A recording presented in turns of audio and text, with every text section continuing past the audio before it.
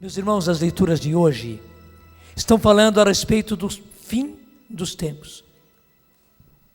Estão falando a respeito da volta do Senhor, já como este salmo, porque o Senhor julgará as nações com justiça, quer dizer, o Senhor julgará as nações com justiça. Vai chegar um dia de o Senhor julgar as nações, e interessante, não se trata do último julgamento, porque lá as nações terão terminado, mas se trata de julgar as nações agora no tempo presente, quando as nações existem, porque o Senhor virá, o Senhor voltará com glória e com poder para instaurar o seu reino aqui no meio de nós, e nós teremos um tempo novo, nós teremos uma terra nova, nós teremos um mundo novo, nós chegaremos à civilização do amor. Aí está o importante, nós vamos ter aquilo que a Bíblia diz, uma terra nova, com homens novos, com mulheres novas, com uma humanidade nova. Só que para isso o Senhor vai precisar julgar. Interessante que o verbo julgar no hebraico é o mesmo verbo peneirar, é o mesmo verbo. Por que isso? Porque naqueles tempos eles faziam o julgamento, isto é, ver o que era bom e o que não era bom, o que era limpo, o que era sujo, com a peneira, como nós muitas vezes peneiramos, né? É até bonito as pessoas que, por exemplo, peneiram o café. Então põe o café naquela peneira e vai peneirando, até a pessoa que é hábil, ela pega e joga aquele café com o movimento da peneira. Então os grãos de café sobem lá no alto, para inclusive com o vento ir tirando a palha e tirando a sujeira, e ele pega tudo de novo. Quer dizer, o que não presta, o sujo, cai fora e só fica o limpo, para que na saca de café, que inclusive vai ser exportada, só vá o grão de café, sem nada mais. Então, eles faziam o julgamento com a peneira. Por isso o verbo julgar, que hoje é tão nobre, né? O júri, o juiz, que faz o julgamento com o promotor, com os advogados. Naquele tempo eles usavam o verbo peneirar, porque é isso que o Senhor virá fazer. Ele vai peneirar a humanidade, Ele vai peneirar a nós, como diz aqui, Ele vai peneirar inclusive as nações. Que interessante, além de julgar as pessoas, Ele vai julgar também as nações. Claro, haverá também o julgamento de pessoa por pessoa, mas além disso o Senhor vai julgar as nações, e vai julgá-las com justiça. E o mais importante, o Senhor vai separar as águas. Você conhece muito bem a parábola do joio e do trigo.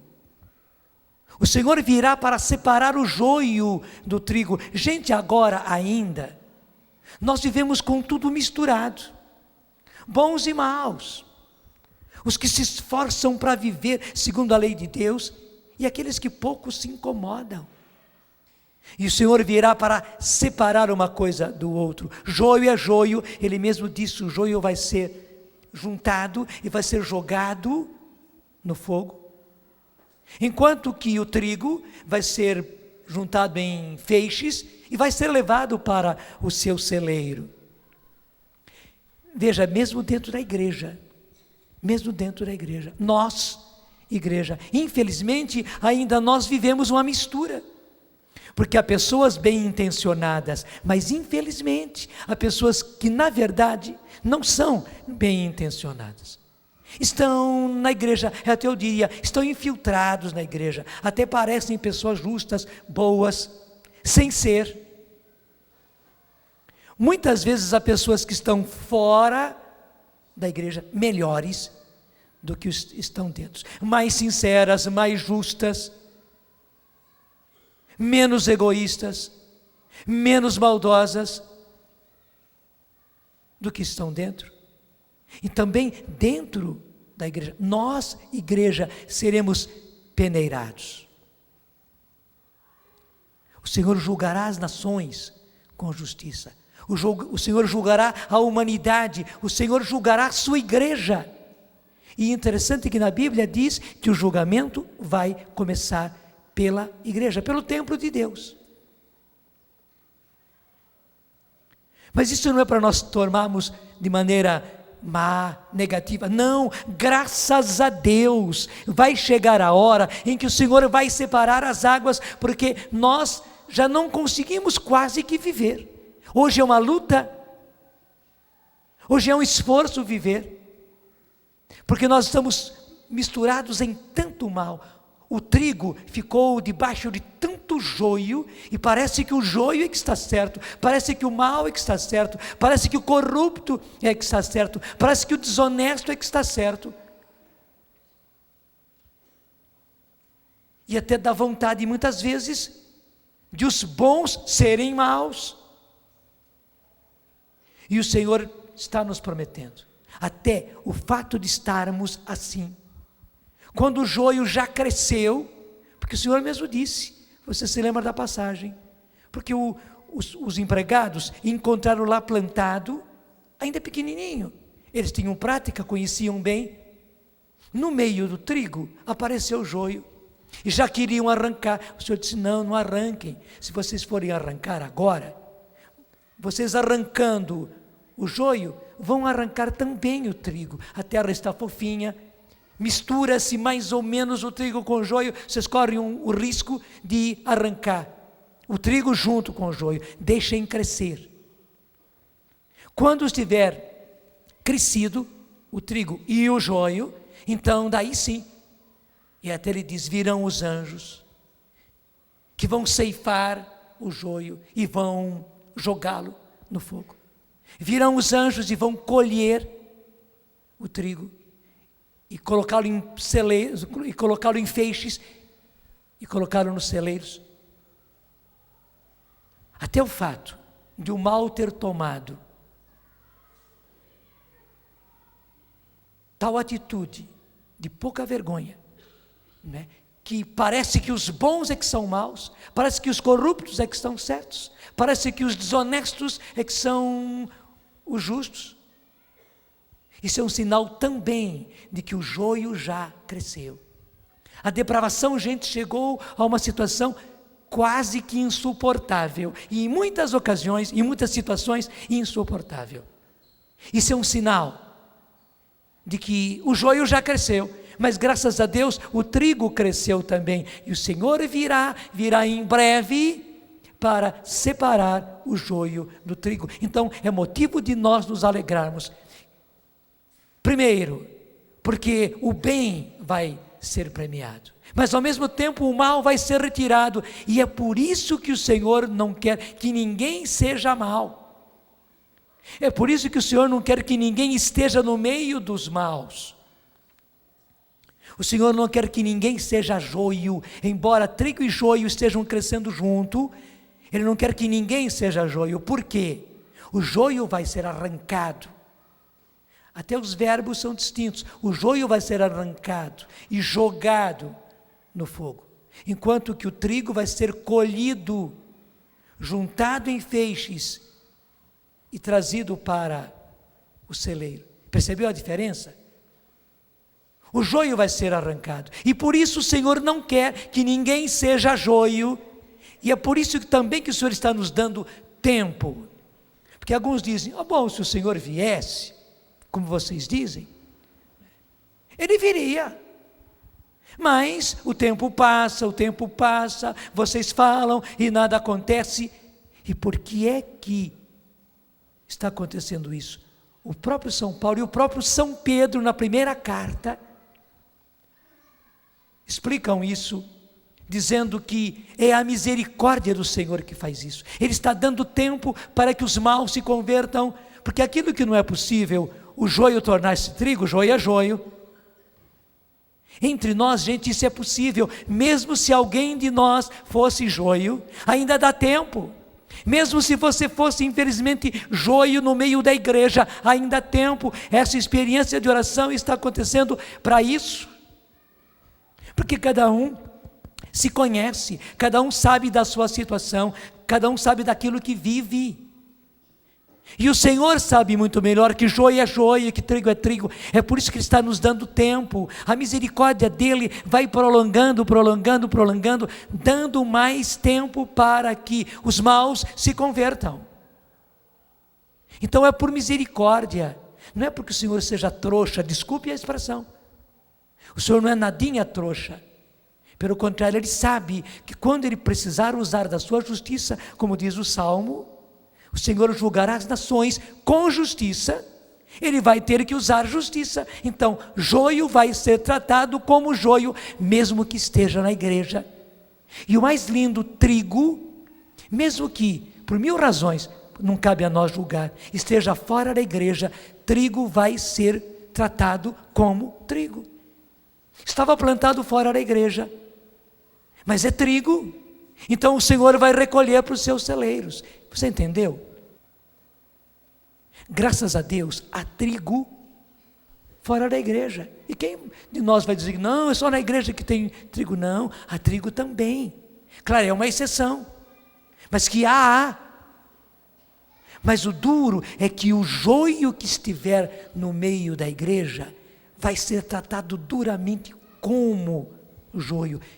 E até pior, porque estava disfarçado, estava mentiroso, estava falso ali, como se fosse trigo, e na verdade era joio. Então, como o Senhor diz, vai ser arrancado. Mas ao mesmo tempo, até mesmo o trigo que estava fora da igreja, porque é trigo, vai ser tratado como trigo. O Senhor colherá e levará para os seus celeiros. O importante é nós sermos trigo. E ninguém de nós ser joio. E esse dia a gente está cada vez mais perto, cada vez mais perto. Interessante que o Evangelho de hoje, tome comigo pela sua Bíblia, capítulo 25. O capítulo 25 vem depois do capítulo 24, não é verdade? É. O capítulo 25 vem depois do capítulo 24. Mas eu não estou brincando, estou falando sério. O que acontece no capítulo 24? Pelo próprio título você vê, Jesus está anunciando o fim dos tempos. Jesus está anunciando a sua vinda. Todo o capítulo 24 de São Mateus é um lindo capítulo. Jesus está fazendo isso. Os apóstolos perguntaram para Jesus, até vale a pena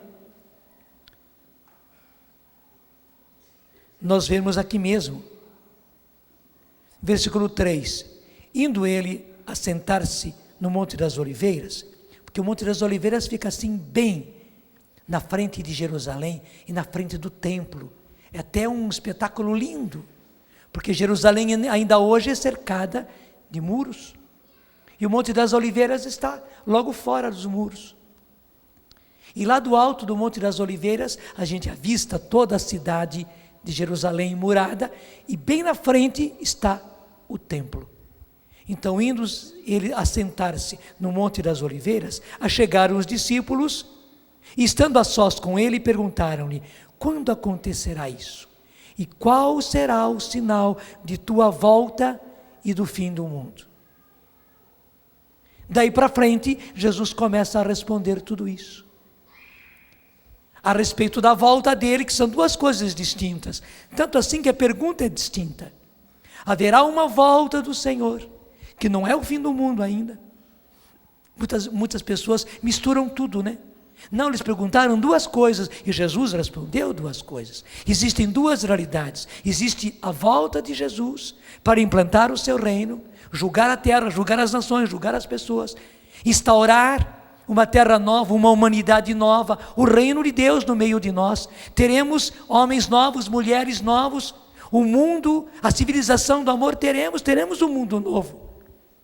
Isso vai ser para a glória de Deus, para o espetáculo dos anjos, e ao mesmo tempo para confundir os maus, e o causador do mal, o demônio vai ter que ver, Esse mundo redimido, esse mundo salvo por Jesus, que nós não vimos ainda, infelizmente. Nós não vimos ainda um mundo, nós não vimos ainda uma humanidade redimida, não vimos.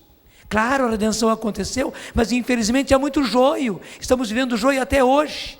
Mas vai chegar o dia em que o próprio inimigo que semeou o joio vai ter que ver a terra nova, com a humanidade nova, com homens novos, com mulheres novas, com a civilização do amor, com o reino de Deus implantado aqui. Ele vai ver aquilo que nós pedimos no Pai Nosso: venha a nós o vosso reino, seja feita a vossa vontade, assim na terra como no céu. No céu se faz a vontade de Deus, mas é preciso que se faça também na terra, e ainda não está sendo feito, até agora ainda não se fez.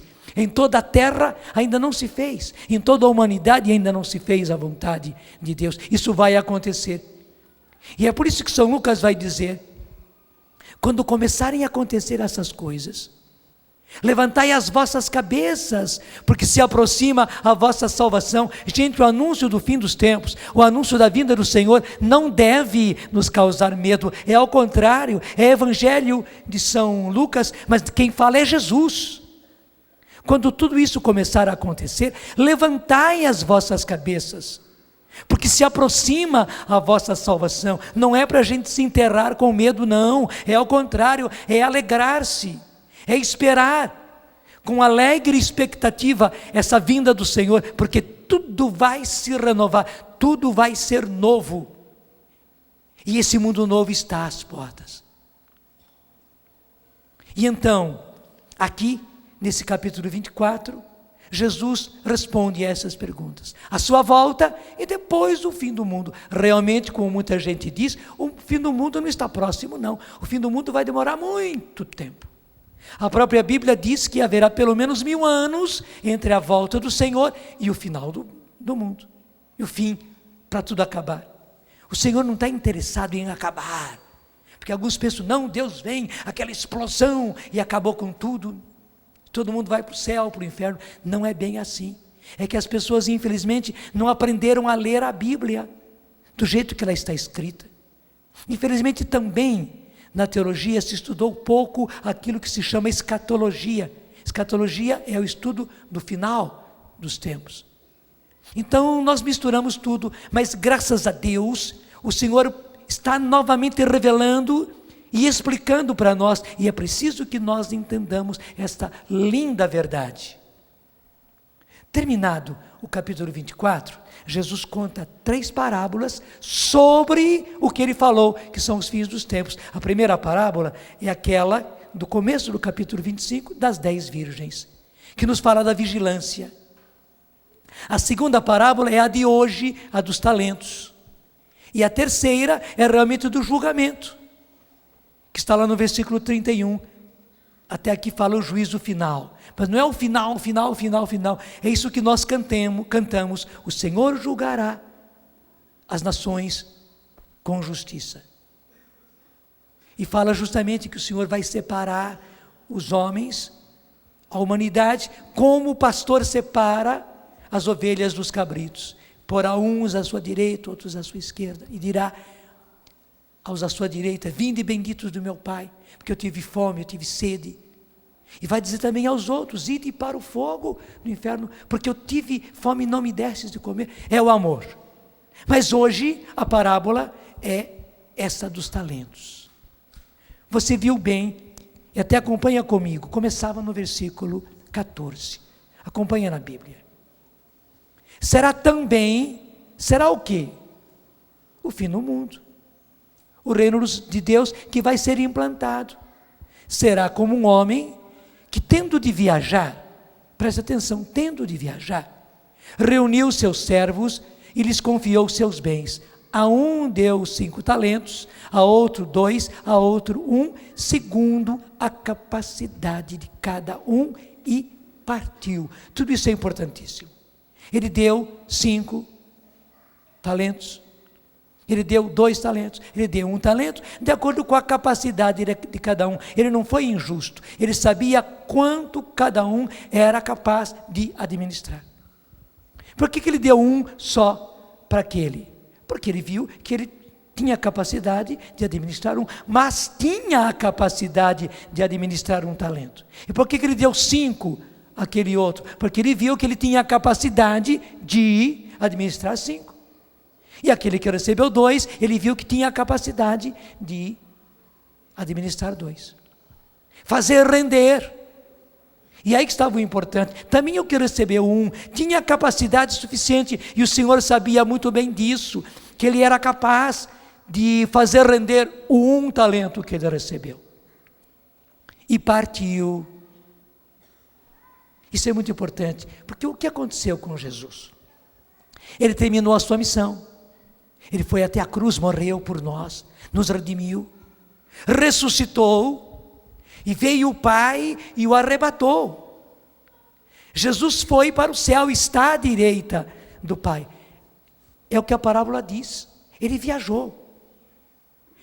Como todo viajou, ele vai voltar. Aqui na parábola ele vai voltar. Que quando ele voltar, ele vai chamar os 3 para justamente pedir contas de como eles administraram os seus bens. Não é isso? Então, o Senhor está falando da sua volta.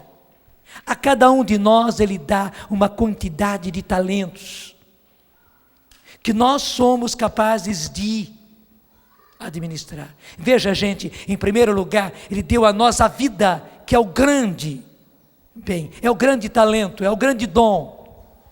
Ele deu a saúde, deu. E deu também as nossas qualidades humanas, grandes qualidades e pequenas qualidades. Como, por exemplo, saber cuidar bem da casa, saber cozinhar bem, saber lavar, passar bem, tudo isto. Saber cuidar da terra, fazer uma horta, preparar um jardim, são qualidades que Deus nos deu. E qualidades de inteligência, qualidades de dons, qualidades artísticas que o Senhor nos deu. Tudo isso são dons de Deus, são talentos que Ele nos deu, são dons naturais, mas nem por isso deixam de ser de Deus, porque quem nos fez inteligentes, e quem nos fez capazes, quem nos fez talentosos, cheios de dons, foi Deus. E até as pessoas mais simples têm dons de Deus, dons naturais, qualidades naturais, e o Senhor quer que nós rendamos todas essas qualidades, esses dons que Ele nos deu, para o seu próprio reino. Para o seu próprio reino. Mas além dos dons naturais, o Senhor nos deu os dons do Espírito Santo. E é sobre isso especialmente que Ele está falando, e que nós devemos falar hoje, porque estamos dentro de uma experiência de oração no Espírito Santo. Gente, por que o Senhor nos deu os dons do Espírito Santo?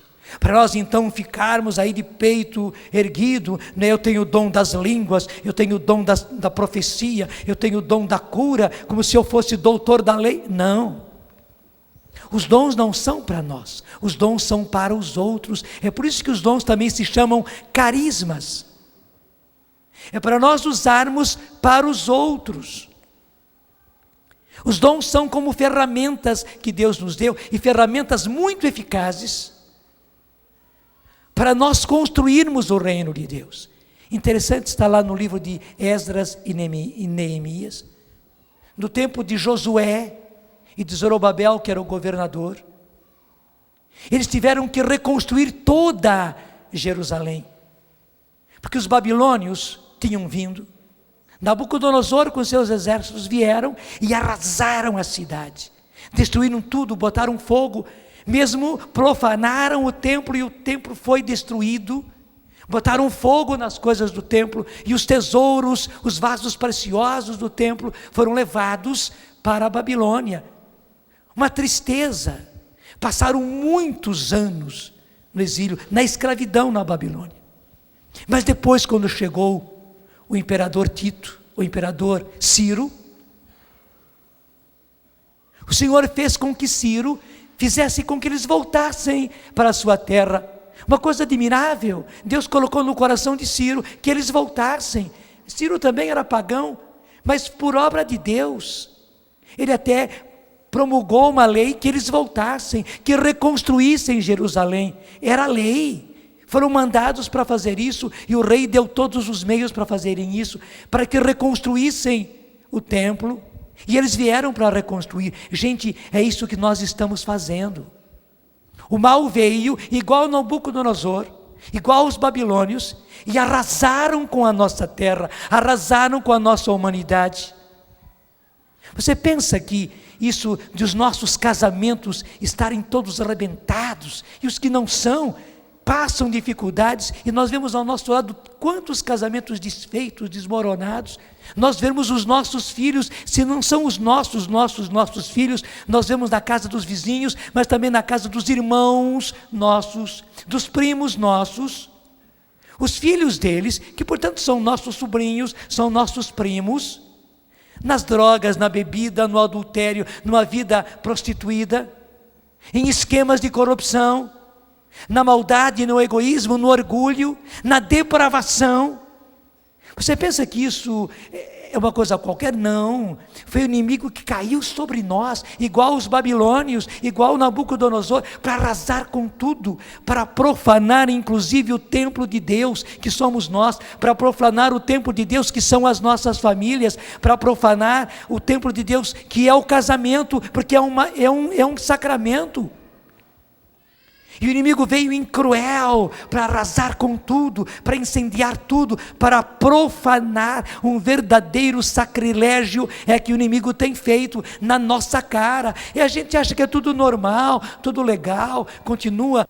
Gente, o inimigo inclusive está rindo da nossa cara. Um verdadeiro sacrilégio que ele está fazendo com o sacramento do matrimônio, com a família. E João Paulo II aí está assim surgindo, e graças a Deus até os grandes das nações, como aconteceu nos Estados Unidos, também deram razão ao Papa. É claro que só tem que dar razão, porque o certo é certo e o errado é errado, a verdade é verdade e a mentira é mentira, o limpo é limpo e a pouca vergonha é pouca vergonha. Mas o inimigo está fazendo isso, e aí que está. O Senhor precisa que nós sejamos seus operários para reconstruir. Como os judeus que voltaram do exílio, voltaram da escravatura. Exílio quer dizer escravatura. Voltaram da escravatura para reconstruir a sua cidade e o seu templo. Nós estamos hoje assim. E assim como eles receberam ferramentas, porque tinham que ter ferramenta, para reconstruir as muralhas, para reconstruir as casas, para reconstruir o templo. Até interessante, eles não reconstruíram logo as próprias casas. Primeiro tiveram que reconstruir as muralhas, porque senão os inimigos continuavam entrando. Primeira coisa, reconstruir as muralhas, depois reconstruir o templo. E por fim, eles reconstruíram as próprias casas. Mas lhes foram dadas ferramentas para isso. Hoje também o Senhor precisa reconstruir as muralhas, Ele precisa reconstruir o templo dEle no nosso meio, e o Senhor nos deu as ferramentas. Que ferramentas essas? São os dons do Espírito Santo, porque para reconstruir reino de Deus, para reconstruir templo de Deus, que é o templo, que são também as nossas famílias, que são também as pessoas que são o templo de Deus, para reconstruir o templo de Deus, é preciso dom de Deus. E só com o dom de Deus, só com os dons do Espírito Santo, é que nós conseguimos reconstruir. Gente, é para isso. Eu sei que infelizmente na igreja, ainda depois de 30 anos de renovação no Brasil, ainda se, na verdade não são 30, já são 33 anos, mas vamos dizer, depois de 30 anos, ainda na igreja nossa aqui no Brasil, as pessoas não entendem os dons, não perceberam ainda porque é que Deus redespertou os dons do Espírito Santo como os deu na igreja primitiva, porque na igreja primitiva era preciso construir tudo, só que hoje estamos precisando reconstruir, é pior do que construir. E eu digo sem medo nenhum, é uma obrigação nossa usar os dons espirituais, os dons do Espírito Santo, desde o dom menor, que é o dom de línguas, é o menorzinho. E portanto, por ser o menorzinho, ele precisa ser usado. E quanta briga, quanta questão, quanto problema com esse donzinho que é o dom de línguas. Mas claro, mesmo sendo um donzinho menor deles, é dom do Espírito Santo. Ele é precioso para a nossa edificação. Assim como a ferramenta precisa estar boa, afiada, exata, precisa, igualmente, nós que somos a ferramenta, precisamos estar exatos, perfeitos. E justamente a palavra de Deus vai nos dizer que o dom de línguas aperfeiçoa nós mesmos. Isto é, faz boa a ferramenta. E claro, toda a ferramenta continuamente precisa ser afiada. Qualquer ferramenta é assim. Você precisa consertar o seu serrote, você precisa melhorar o seu martelo, a sua enxada, afiar a sua enxada, afiar o serrote. Já viu afiar serrote? É uma arte bonita. Serra também é afiada, senão não serra nada. Todas as ferramentas precisam, até o material cirúrgico, que nós chamamos de instrumental, mas que na verdade são ferramentas. Precisam de quando em quando passar por uma reforma, senão não presta mais. Até mesmo é preciso que haja precisão, por exemplo, para tirar a pressão. Ele precisa passar novamente, para estar exato, senão ele vai mostrar que a pessoa está com 24 de pressão, não está coisíssima nenhuma. Ou vai mostrar que está com a pressão baixa, ele não está. Então, ele tem que passar por esse aperfeiçoamento. Os dons espirituais fazem isso. E o dom menor, que é o de línguas, ele aperfeiçoa a nós. Então, desde o dom menor até o dom maior, que é o amor, mas tendo no meio o dom central, que é o dom da fé, e daí os dons de milagres, os dons de cura, e os dons de sabedoria, palavra de sabedoria e de ciência e discernimento, a profecia. Todos esses dons, gente, Deus nos deu para reconstruir a humanidade, para reconstruir a igreja, para reconstruir o templo de Deus que somos nós, para reconstruir a igreja que é o grande templo de Deus, para reconstruir as nossas famílias, a sua família, para reconstruir os seus filhos. É para isso que Deus nos deu os dons espirituais, e os dons são para serem usados. Agora que impressionante, o que diz a parábola? Aquele senhor voltou, do jeito que Jesus vai voltar. E quando ele voltou, ele chamou os 3 servos para pedir contas, como é que foi que eles usaram os seus talentos. Aquele que recebeu 5, voltou, né, mostrando para o Senhor: olha, Senhor, está aqui os teus 5 talentos, e eu em cima deles lucrei mais 5. 100% acima daqueles 5 talentos. O Senhor ficou contente com ele. Eia, servo bom e fiel, porque foste fiel no pouco, te constituo no muito. Entra no gozo do teu Senhor. Isso é, entra no reino do teu Senhor. Você é trigo, vem para cá.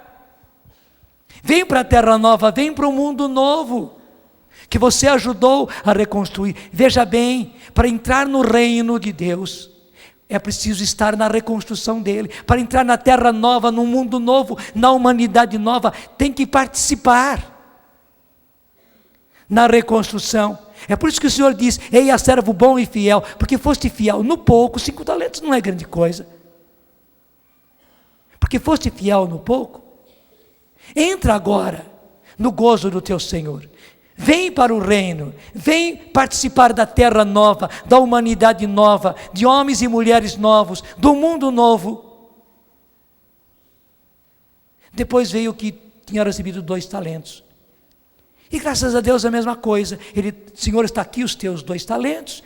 Em cima deles eu lucrei outros 2. Portanto, 100% era só 2, mas ele lucrou 100% em cima daqueles 2. E mesma coisa, o Senhor ficou entusiasmado: eia, servo bom e fiel. Ele viu que só tinha capacidade de render 2, deu 2 para ele. Mas muito bem, servo bom e fiel, foste fiel no pouco, eu te constituo no mundo. Entra no gozo do teu Senhor, vem para o meu reino, vem para a humanidade nova, para o mundo novo. E chegou o terceiro, que só tinha recebido 1. E foi logo contando o que ele fez. Senhor, eu sei que o Senhor é muito severo. O Senhor quer colher onde não plantou. Eu até fui ofendendo o Senhor. O Senhor quer colher onde não plantou. Eu sei que o Senhor é muito bravo. Por isso. E aí ele disse, eu fiquei com medo. E a palavra-chave está aí.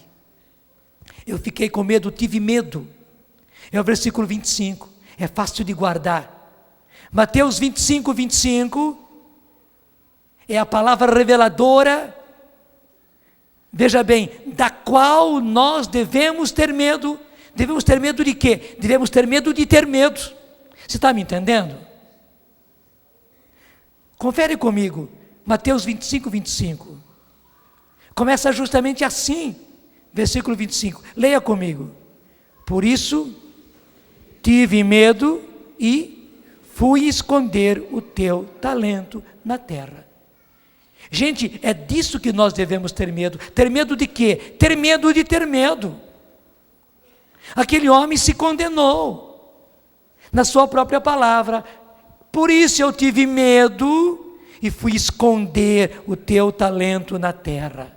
Em vez de usar, em vez de render, em vez de trabalhar com o talento, veja bem, em vez de usar os dons de Deus, os dons naturais, os dons sobrenaturais, os dons do Espírito, ele enterrou tudo.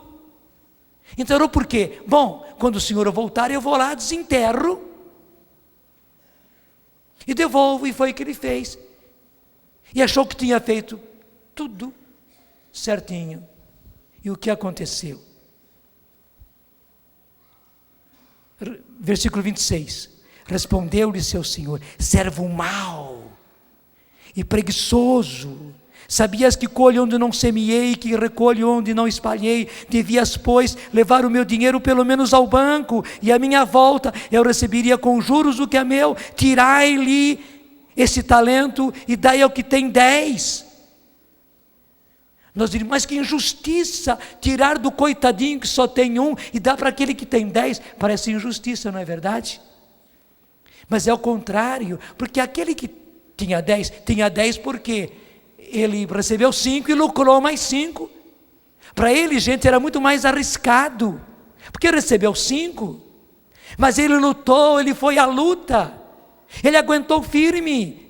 Ele não teve vergonha de Deus, não teve vergonha dos dons, não teve. Pelo contrário, usou os dons. Os outros criticaram, falaram mal, até mesmo perseguiram, proibiram, mas ele não se importou, ele foi fiel ao seu Senhor e usou os dons do Espírito Santo. E ele reconquistou 10, porque interessante. Nas coisas de Deus, no reino de Deus é assim, quando a gente dá, se multiplica na mão da gente. Um tempo atrás, quando foi aquele evangelho na multiplicação dos pães, eu explicava que os pães que Jesus recebeu das mãos do menino, não eram os nossos pães de hoje, eram os pães tipo o pão sírio, que é o pão oriental. E você sabe muito bem como é feito o pão sírio, redondo, fino. Portanto, 5 pães, tanto o menino e muito mais Jesus, pegava assim na mão. 5 pães sírios é mais fino do que a minha Bíblia. Eu acho que é metade apenas da minha Bíblia, 5 pães sírios. Então Jesus tinha numa mão 5 pães e na outra 2 peixes.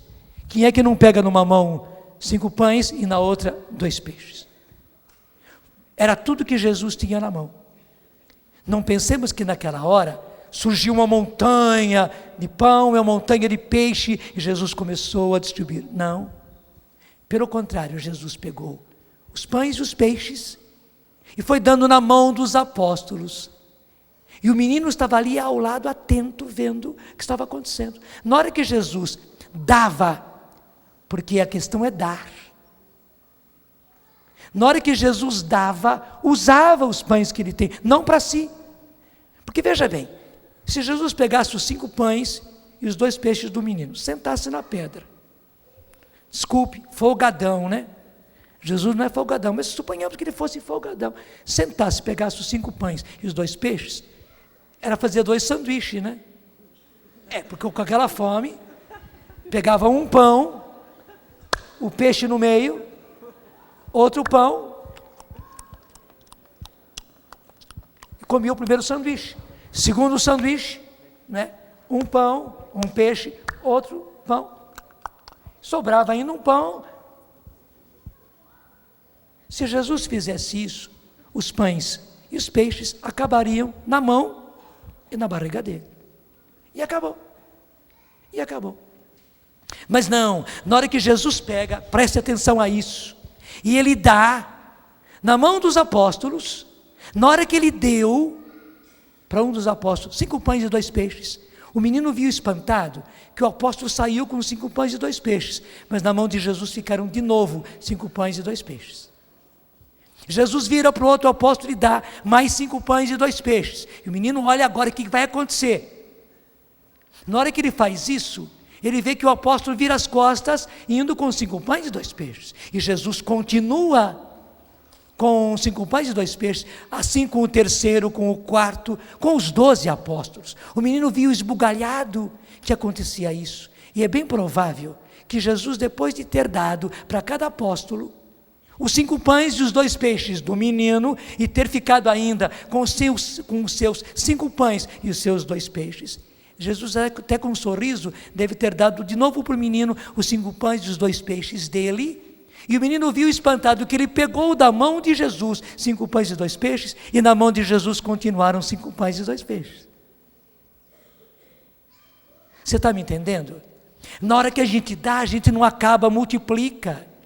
E porque ele deu 12 vezes, 13 vezes, dando para o menino, 13 vezes aquilo se multiplicou, igualzinho àquele que usou os talentos. Você está me entendendo? O outro tinha um, foi lá e escondeu, igual o folgado que senta, né, e come o seu sanduíche. Acabou ali, está na barriga. Senhor, está aqui o seu talento, pode buscar aqui. Estou gordinho, né, matei a minha fome. Não, mas na hora que os outros, o que tinha 5 deu, o que tinha 2, interessante, né? Os que deram e portanto lucraram, um tinha 5, o outro tinha 2, igualzinho aos 5 pães e 2 peixes. Está vendo? Também nisso há uma lógica espiritual. Bom, mas a coisa continua. O apóstolo recebeu na sua mão 5 pães e 2 peixes. Se agora cada um dos apóstolos, Pedro, por exemplo, ou Tomé, fosse folgadão, logo na frente, sentasse na pedra e começasse a fazer a mesma coisa, né? Agora eu vou comer o meu sanduíche, estou com fome.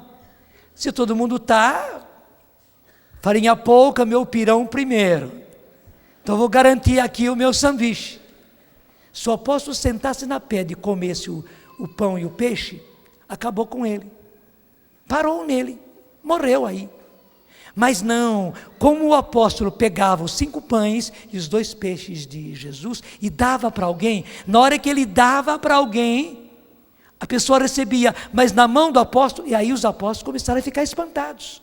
Igualzinho Pedro, quando começou a andar sobre as águas, os apóstolos viram que na hora que eles davam 5 pães e 2 peixes, na mão dele continuava 5 pães e 2 peixes. Dava para mais alguém, e na medida que ele dava, na sua mão ficava ainda 5 pães e 2 peixes.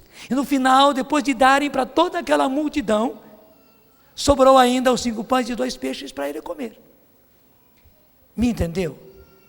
E tenha certeza, se algum deles, ali no meio, em vez de pegar os 5 pães e 2 peixes e comer, se eles começassem também a dar, distribuir, também nas mãos deles se multiplicaria. Gente, não é que Jesus não fez, ele fez sim a multiplicação dos pães, foi uma multiplicação milagrosa, pelo poder de Deus, mas de que maneira? Dando, é nessa partilha. O que aconteceu com os 5 pães e os 2 peixes, é o que o Senhor quer que aconteça com os dons do Espírito Santo. Quando a gente dá, não termina, pelo contrário, se multiplica. Quanto mais você usa o dom de línguas, mais ele vai rendendo. Quanto mais você usa o dom de cura, porque o dom de cura não é para você. Gente, é isso que Deus quer fazer. Deus quer tocar-nos com o seu milagre, Deus quer tocar a nossa família, Deus quer tocar o seu casamento com o milagre, mas é preciso usar. E o lindo é que quando a gente usa, aumenta, melhora. Você não perde não, pelo contrário, se multiplica. É preciso dar, é preciso dar, é preciso dar. Todos os dons são para a edificação da igreja. Em outras palavras, para reconstruir a igreja. E como é preciso reconstruir a igreja para reconstruir o mundo. Gente, realmente é preciso reconstruir a igreja para reconstruir o mundo. É preciso reconstruir homens, mulheres, é preciso reconstruir as nossas famílias para reconstruir o mundo. Aquela velha historinha que você já sabe, mas vale a pena rapidinho aqui contar, né, do menino que levou bomba no final do ano, justamente em geografia. O pai ficou chateado, todo um esforço o ano inteirinho, e o menino repete justamente em geografia. Meu Deus do céu, se fosse em matemática, vá lá, mas em geografia, claro que é uma matéria importante, mas é fácil, não é como matemática. O pai ficou tão chateado que o menino queria brincar, fazer festa, e o pai estava severo. O que o pai fez? Como até para castigar o menino, tinha uma revista com o mapa mundi. O pai rasgou aquela página e depois picou aquilo como se faz um quebra-cabeça, em muitos pedacinhos. Chamou o filho e disse: olha aqui, meu filho, de castigo, porque você foi bombeado justamente em geografia, você vai reconstruir aqui o mapa mundi, você vai reconstruir o mundo. E o pai tinha certeza que o filho ia gastar dias para fazer aquilo, não sabia geografia. Para admiração dele, depois de poucos minutos, o menino volta, tudo coladinho, né? Passou o durex assim, tudo coladinho, com o mapa mundi perfeito. Disse: como é que você não passou, levou bomba em geografia e fez tão rapidamente o mundo? O menino disse: papai, você não percebeu que do outro lado da revista tinha um homem assim de corpo inteiro? Foi só reconstruir o homem e eu reconstruí o mundo.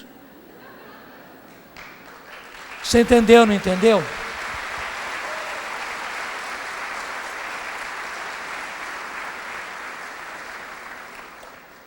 Gente, é preciso reconstruir o homem, é preciso reconstruir a mulher. E são filhos nossos que precisam ser reconstruídos, que não bombearam em geografia não, que foram bombeados por droga, bombeados por bebida, bombeados por uma sexualidade errônea, por homossexualismo, por corrupção, por depravação, por vida prostituída. São filhos nossos, são os casamentos de vocês, são os casamentos das nossas famílias que precisam ser reconstruídos. É a nossa igreja, as nossas comunidades, os nossos grupos que precisam ser reconstruídos, as nossas pastorais que precisam ser reconstruídas. É preciso reconstruir o homem para reconstruir o mundo, é preciso reconstruir a família para reconstruir o mundo, é preciso reconstruir a igreja para reconstruir o mundo, e Deus está nos dando os dons do Espírito Santo para isso. Não pode acontecer que quando o Senhor chegar, e aí está o grave, você vai dizer para o Senhor: Senhor, tudo bem, eu recebi os dons do Espírito Santo lá naquele dia, não sei quando foi que você recebeu, mas que recebeu. Olha, Senhor, eu guardei direitinho para mim, inclusive eu não usei não, guardei direitinho para mim, para não estragar nadinha dos seus dons. Eu não ia arriscar, né, Senhor? Não ia arriscar, então guardei direitinho, até eu fui lá no meu estonjo, né, marquei a data quando eu recebi direitinho, pus lá, marcadinho a data. Está aqui, Senhor, de volta os dons do Espírito Santo. O que ele vai dizer? A mesma coisa que disse para aquele terceiro que recebeu um. O que Deus quer? Que justamente por causa da volta dele, por causa da situação do mundo, nós usemos os dons, fazendo como aquele que tinha 2 e multiplicou, ele foi 100% a mais, gente.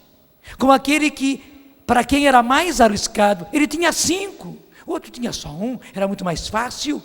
Mas aquele que tinha 5 arriscou-se, foi mais pesado para ele, foi mais duro para ele, mas ele trouxe de volta, não só os 5, mas outros 5%, 100% de lucro em cima, 100% de rendimento em cima. É isso que o Senhor quer. Do contrário, ele vai dizer: servo mau e preguiçoso, Por que você escondeu? Por que você enterrou os dons do Espírito Santo? E vai nos expulsar.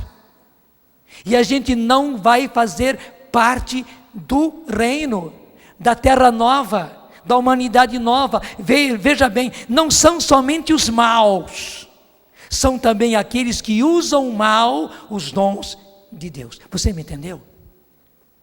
Gente, esse evangelho é revelador para todos nós, padres e leigos. Eu tenho que ficar atento diante desse evangelho. Também para nós, padres e leigos. Também para os solteiros e para os casados. Os que têm grandes instruções, sim, as pessoas que têm diplomas, que têm uma profissão nobre, vamos chamar assim, precisam render os talentos de Deus, os talentos humanos e também os dons do Espírito Santo. Não é pelo fato deles terem diplomas que eles são os intelectuais, os sabichões, né, que até desprezam os dons do Espírito. Não, ao contrário, também com a sua inteligência, também com os seus dotes, também com a sua profissão, eles precisam usar os dons do Espírito Santo para reconstruir muito mais, porque eles têm também os dons naturais, têm a oportunidade de reconstruir mais ainda pessoas, famílias, mundo. É preciso reconstruir. E quem vai ser castigado? Quem vai ser desterrado? Isto é, para fora da terra nova, para fora do mundo novo, aqueles que não usaram os talentos de Deus, não fizeram os talentos render. Senhor, misericórdia.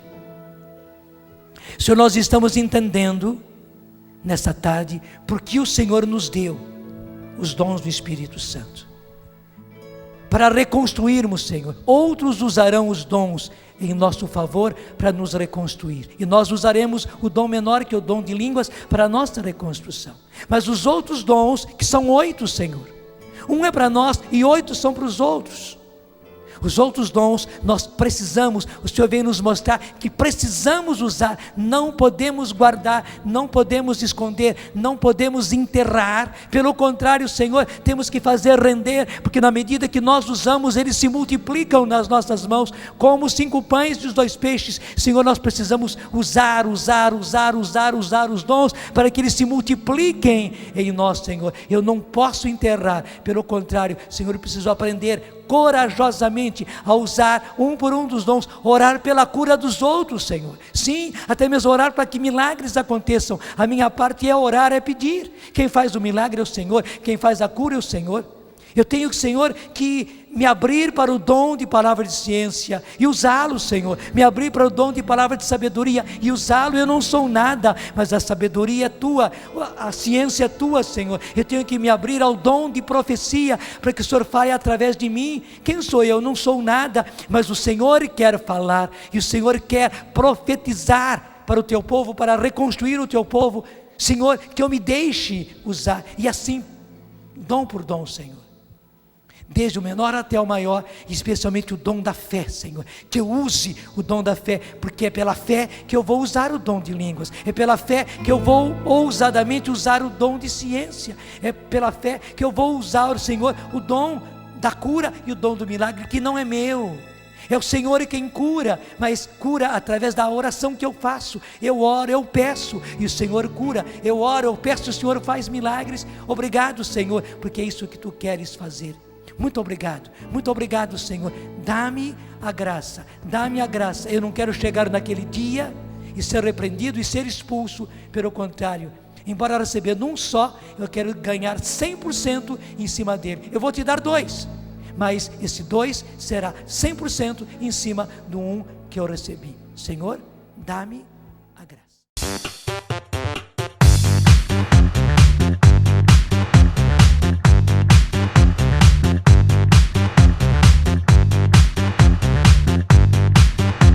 CançãoNovaPlay.com. Assine já!